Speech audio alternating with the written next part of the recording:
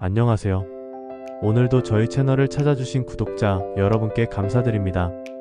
영상이 도움이 되셨다면 구독과 좋아요 버튼도 눌러주시면 큰 힘이 됩니다.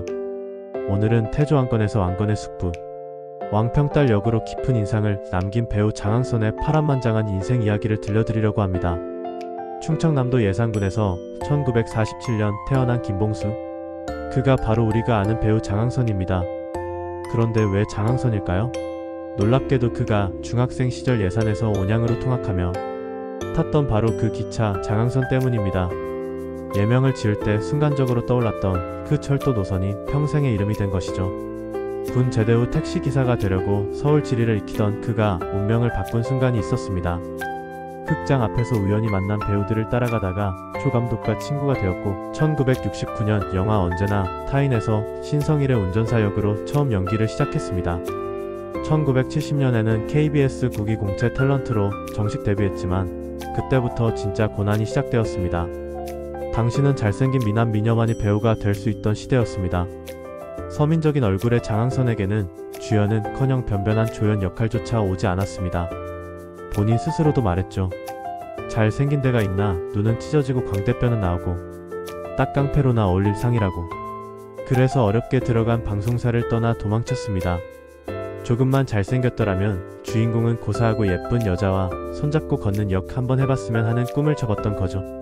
무명 시절 20년 가까이 극심한 가난에 시달렸습니다.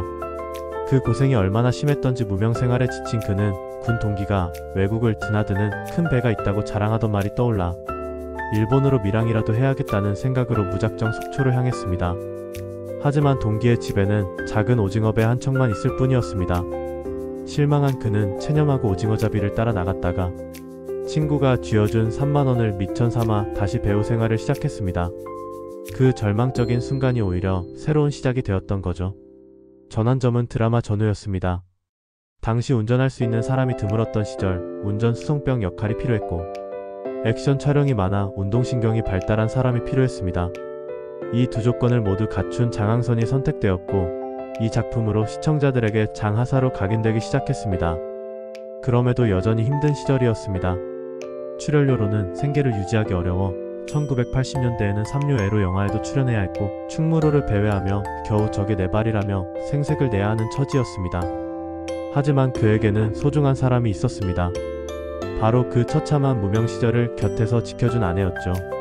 장항선은 굉장한 애처가로 유명합니다. 무명 시절을 항상 곁에서 지켜준 아내에게 죽는 날까지 모든 것을 다 바쳐도 모자란다고 할 정도였습니다. 아내가 자궁암을 앓게 되자 공기 좋은 교외에 아주 멋진 전원주택을 지어주었습니다. 촬영이 없으면 언제나 집에서 아내를 돌봤죠. 한 프로그램에서 자신의 집을 소개하던 장항선은 이래도 아내에게 너무 미안하고 모자란다며 말끝을 잇지 못하고 절절한 눈물을 흘렸습니다. 1990년 한지붕 새가족에서 그 시대의 고단한 아버지 역을 맡으면서 조금씩 인정받기 시작했습니다. 여명의 눈동자에서는 일본군 오장 5회 역으로 명연기를 펼쳤고 용의 눈물에서는 조영무 역으로 상당한 인기를 얻었습니다. 2000년 태조 왕건에서 그는 왕건의 숙부 왕평딸 역을 맡았습니다. 왕룡의 아우로서 조카 왕건을 제왕으로 세우기 위해 헌신하다가 궁의 암살을 사주했다는 억울한 누명을 쓰고 두 스승들과 함께 외딴 섬으로 유배를 가며 중도 하차하는 비극적인 인물이었죠. 드라마 속에서 왕평딸은 왕건이 상주 진영으로 총사가 된 사이 궁예의 암살을 사주했다는 모함을 받아 감옥에 갇힙니다. 궁예가 깨어난 후 한 관심법으로 왕건은 살아나지만 왕평딸은 변사부, 마사부와 함께 유배되는 것으로 하차하게 되죠. 그럼에도 왕건은 궁예를 원망하지 않았는데 정황상 왕평딸이 의심받을 만했던 것도 사실이었기 때문입니다. 이 작품에서 장항선은 가문을 위해 헌신하다가 억울한 누명을 쓰는 왕평딸의 복잡한 감정을 섬세하게 표현했습니다. 비록 중도 하차했지만 시청자들에게 깊은 인상을 남겼죠. 그런데 그에게는 특별한 고민이 있었습니다. 바로 둘째 아들 김혁이 배우가 되겠다는 것이었습니다. 자신이 무명 시절 너무나 고생했기 때문에 아들까지 같은 고생을 시키고 싶지 않았습니다. 그래서 처음에는 강력히 반대했죠. 때문에 아들 김혁은 아버지 몰래 연기를 공부하며 오디션을 보았고 장항선은 태왕사 신기 촬영장에서 얼굴을 볼 때까지 아들이 배우라는 것을 전혀 몰랐다고 합니다. 아이러니하게도 태왕사신기에서는 부자가 함께 출연하게 되었는데 장항선은 흑계장군 역을, 아들 김혁은 달구 역을 맡았습니다. 태왕사신기에서는 62세의 나이에도 20kg이 넘는 갑옷을 입고 말에서 여러 번 떨어지는 액션까지 소화했습니다. 그의 연기 열정은 나이를 잊게 만들었죠. 2005년 영화 왕의 남자에 출연할 때도 감동적인 이야기가 있습니다. 당시 장항선은 그리 유명한 배우가 아니었지만 김처선 역을 누구로 정할지 고민하던 제작진에게 정진영이 장항선 선배님이 아니면 안 된다는 태도를 고수했고 강성영과 가무성, 이준기도 이에 동조해 장항선의 출연이 결정되었습니다. 지금도 장항선은 마음씨 따뜻한 후배 정진영에게 매번 고마워한다고 합니다. 제빵왕 김탁구에서는 김탁구와 주인공 일행의 스승인 팔봉선생으로 깊이 있는 연기를 보여주었습니다. 상당히 오랜 기간 무명 배우였지만 2017년 시점에서는 국민 배우로 이름을 날리며 부업으로 고깃집도 운영하게 되었습니다. 하지만 시련은 끝나지 않았습니다. 2014년 이후 한동안 출연이 없었는데 대장암 투병 중이었기 때문입니다. 그럼에도 내가 아프다는 소문이 나면 일이 들어오지 않을지도 모른다는 생각에 아프다는 사실을 함구했고 언제든 섭외 전화를 받을 수 있도록 늘 휴대폰을 옆에 둔 채로 지냈다고 합니다. 배우는 눈물 젖은 빵도 먹어보고 가슴이 아릴 정도의 아픔도 껴안아야 한다고 말하는 그는 인생의 참맛을 봐야 멋진 연기를 할 수 있다고 믿습니다. 배우로서 성공해야겠다는 생각보다는 내가 가야 할 길이 이 길뿐이니까 최선을 다했다고 말합니다. 현재 77세의 장항선은 여전히 연기에 대한 열정을 잃지 않고 있습니다.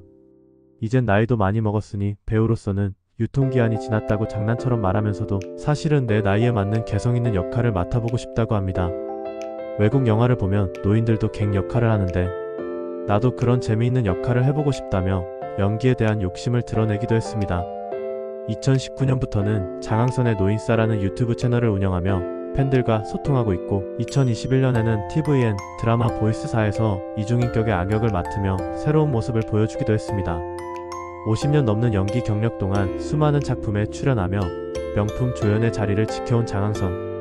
태조왕권의 왕평달처럼 때로는 억울한 누명을 쓰기도 하고 때로는 가족을 위해 희생하는 아버지의 모습으로 때로는 강인한 장군의 모습으로 우리 곁을 지켜왔습니다.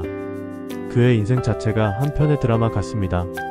절망의 순간에도 포기하지 않았고 사랑하는 가족을 위해 모든 것을 바쳤으며 77세의 나이에도 여전히 배우로서의 꿈을 키워나가고 있습니다. 장항선이라는 이름처럼 긴 여정을 달려온 그의 인생, 앞으로도 더 많은 감동을 선사해주길 기대해봅니다. 오늘도 끝까지 시청해주셔서 감사합니다. 다음에도 더 좋은 이야기로 찾아뵙겠습니다.